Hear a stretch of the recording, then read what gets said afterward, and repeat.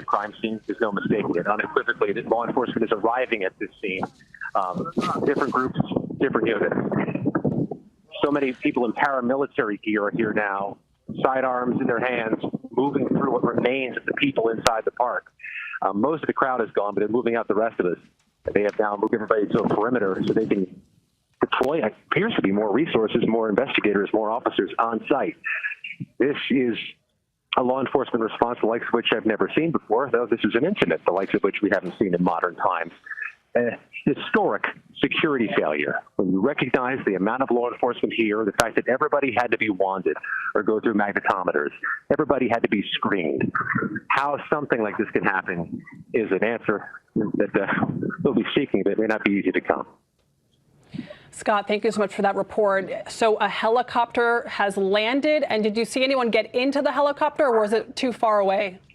It was behind the stage, Adriana. It landed down for about 3 or 4 minutes, took back off, up into the sky. Took off twice, in fact, up into the sky. We see so many folks in paramilitary gear who were invisible to us before and during this rally. They were either here in a covert way during the remarks from the former president, or they have arrived since. And anybody who's anywhere near the inside area, inside the bike rack surrounded perimeter, is being stopped by investigators and questioned. So it's a good way of motivating people to get out. This is an active crime scene, as you said, Scott.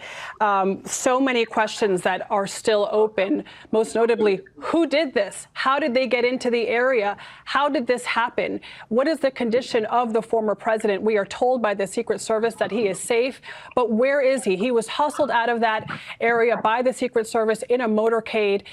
Is he in a hospital? Is he still in a car? Is he still in the area? We're being told that the governor of Pennsylvania has also been briefed on the situation. He said that violence targeted at any political party or political leader is absolutely unacceptable. He says that Pennsylvania State Police are on the scene in Butler County and working with federal and local partners. The governor of Pennsylvania briefed, the White House briefed. I'm just getting some more notes here. We're also being told that a local emergency room physician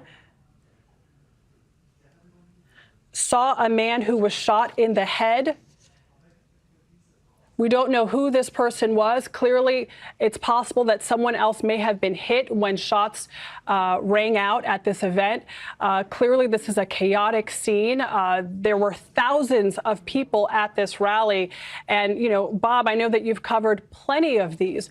What is the sense of security when you're there? I mean, you go through all of these checks, but still, you're packed into a small space with thousands of other people at a time when emotions are running high. What is it like to be inside one of these rallies? It's a very intense environment. It's a very crowded environment. And our reporting, as you just noted, is that there's concern that there's not a real sense yet of whether this was one shooter or what exactly happened. I have sources who were at the rally texting me right now saying there's bedlam on the scene.